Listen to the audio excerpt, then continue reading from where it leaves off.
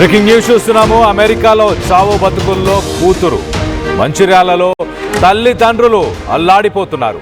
నస్పూర్లోని నాగార్జున కాలనీలో ఈ ఘటన చోటు చేసుకుంది.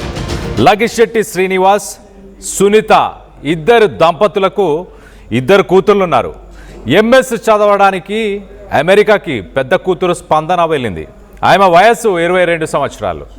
చికాగో దగ్గరలో ఇలినాయిస్ రాష్ట్రంలోని ఎల్మ్హర్ట్ ఆ యూనివర్సిటీలో సెకండ్ ఇయర్ చదువుతుంది స్పందన. కాలేజీ నుంచి ఇంటికి వెళ్తుండగా మెట్రో స్టేషన్లో మెట్ల పై నుంచి కింద పడిపోయింది. స్పందన తలతో పాటు పక్క చెముకలు, వెనుక ముక్కకు తీవ్ర గాయాలయ్యాయి. క్యాబ్ డ్రైవర్గా తల్లిదండ్రులు పనిచేస్తూ ఉండడంతో శ్రీనివాస్ పాస్పోర్ట్, వీసా లేకపోవడంతో పాటు అమెరికా వెళ్ళే స్తోమత లేదని తల్లిదండ్రులు కన్నీరు మున్నీరు అవుతున్నారు.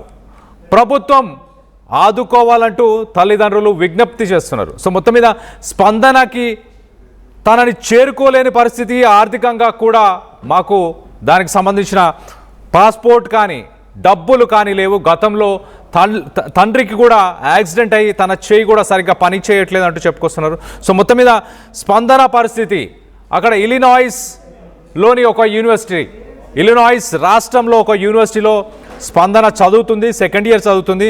మరి యూనివర్సిటీకి వెళ్ళి మెట్రో స్టేషన్లో వెనక్కి వెళ్తున్న సమయంలో ఆ మెట్రో స్టేషన్ దగ్గర పడిపోయిందంట. చాలా ఎత్తు నుంచి పడిపోవడంతో కాళ్ళు, చేతులు, అలాగే వెన్ను భాగం, అలాగే తలకి తీవ్రంగా గాయాలయ్యే. ప్రస్తుతానికి ఆసుపత్రిలో తనకు చికిత్స జరుగుతుంది. తన పరిస్థితి ఎలా ఉంది, చూసుకోవడానికి ఎవరైనా ఉన్నారా లేరా, తమ కూతుర్ని చూసుకోవడానికి మేము చాలా ఇబ్బంది పడుతున్నాము అంటూ తల్లిదండ్రులు ఆవేదన వ్యక్తపరుస్తున్నారు. అమెరికాకి వెళ్ళిన ఒక తెలుగు అమ్మాయి పరిస్థితి ఇలా ఉంది. అక్కడ ఇలినాయిస్ స్టేట్లో ఎవరైనా తెలుగు వారు ఉంటే దయచేసి ఖచ్చితంగా ఒక్కసారి స్పందనని చూసే ప్రయత్నం చేయండి. తనకేమైనా మీరు సహాయం చేయగలిగితే ఆ సహాయం కూడా చేసే ప్రయత్నం చేయండి. 22 సంవత్సరాలు, పెద్ద కూతురు, ఇద్దరు ఆడపిల్లలే. నాకు ఎలాంటి ఆధారము లేదు. గతంలో నాకు ఒక యాక్సిడెంట్ అవ్వడంతో నా చేయి కూడా సరిగా పనిచేయట్లేదు అంటూ తండ్రి అలాగే తల్లి చూడలేని పరిస్థితిలో మేమున్నాము. మా కూతురికి ఏం జరిగింది, ఎలా ఉంది అనేది మేము చూడడానికి వెళ్ళలేని పరిస్థితి. పాస్పోర్ట్స్ లేవు, వెళ్ళడానికి డబ్బు కూడా లేదు. దీనికి ప్రభుత్వాలు సహకరించాలి, అలాగే ప్రజలు కూడా ముందుకు వచ్చి సహకారం చేసే ప్రయత్నం చేయాలి అంటూ తల్లిదండ్రులు ఆవేదన వ్యక్తపరుస్తున్నారు. ఒకసారి మనం చూడొచ్చు, ఇలినాయిస్ అంటే దేశం కానీ దేశం వెళ్ళారు. దాదాపు చాలా దూరం. స్పందన స్కూల్ లైఫ్లో కానీ అంతకుముందు కానీ కొంత బ్రైట్ స్టూడెంట్ అనే చెప్పుకొస్తున్నారు. మరి అక్కడికి కూడా మాస్టర్స్ చదివి తల్లిదండ్రులకు కొంత వాళ్ళకు ఒక ఆధారంగా ఉండాలి, వాళ్ళకు ఒక మంచి జీవితాన్ని ఇవ్వాలి, మాకు చదివించడానికి మా తండ్రి మా తల్లి ఎంతగానో కష్టపడ్డారు అంటూ ప్రస్తుతానికి స్పందన అమెరికాకు వెళ్ళడం జరిగింది. ఇలినాయిస్ రాష్ట్రంలోని ఒక యూనివర్సిటీలో చదువుతుంది. రోజు నార్మల్గానే రొటీన్గానే ఎలాగైతే తన కాలేజ్కి వెళ్ళి వస్తూ ఉంటుందో అలానే కాలేజ్కి వెళ్ళి వచ్చే సమయంలోనే ఈ ఘటన చోటు చేసుకుంది అంటూ చెప్పుకొస్తున్నారు. ఒక్కసారి ఆ తల్లిదండ్రుల ఆవేదన ఏంటో కూడా ఒక్కసారి వాళ్ళ మాటలోనే వినే ప్రయత్నం చేద్దాం. అమెరికాకు పంపారు, చదువుకొని ఉన్నత స్థాయికి ఎదగాలని ఆశించారు. కష్టాల్లో ఉన్న మా కుటుంబానికి అండగా ఉంటుంది మా బిడ్డ అని అనుకున్నారు. కానీ తిరిగి వస్తున్న సమయంలో మెట్రో స్టేషన్ నుండి 25 ఫీట్ల మీద నుండి ప్రమాదవశత్తు పడడంతో మేజర్ ఫ్రాక్చర్స్ అయ్యాయి. ప్రస్తుతం బిడ్డ కోమాలో ఉందని తల్లిదండ్రులు కన్నీళ్లు పెడుతున్నారు. అయితే పోవడానికి మా దగ్గర నయా పైసా లేదు, మేము కడిపేదరికంలో ఉన్న దాతలు మమ్మల్ని ఆదుకోవాలని చెబుతున్నారు. స్పందన కుటుంబ సభ్యుల కన్నీటి గాథ గురించి ఆర్టీవీ చూపెట్టే ప్రయత్నం చేస్తుంది. మనతో స్పందన తల్లిదండ్రులు ఉన్నారు. స్పందన తల్లిదండ్రులతో మాట్లాడదు. ఏం జరిగింది బాబు, ఏంటి అసలు?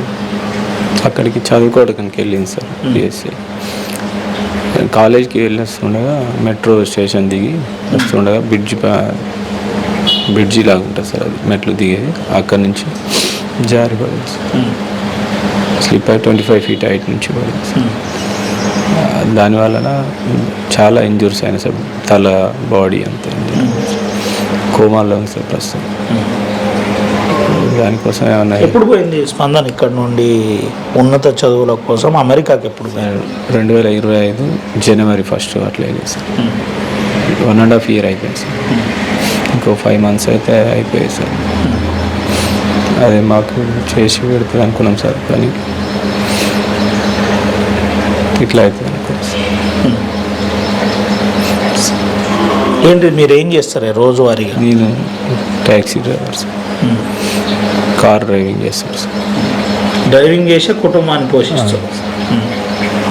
ఏంది మరి ఇప్పుడు ఏంది అంటే మీరు ఎందుకు పోలేకపోతున్నారు పాపను చూడడానికి? మీ దగ్గర పాస్పోర్ట్ లేదా, లేదంటే ఏంటి అసలు ఏ టెక్నికల్ ఇష్యూస్ ఏమున్నాయి? పాస్పోర్ట్ కూడా రాలేదు సార్, ఇంకా పోవడానికి ఖర్చులు కూడా ఏం లేదు సార్ మా దగ్గర.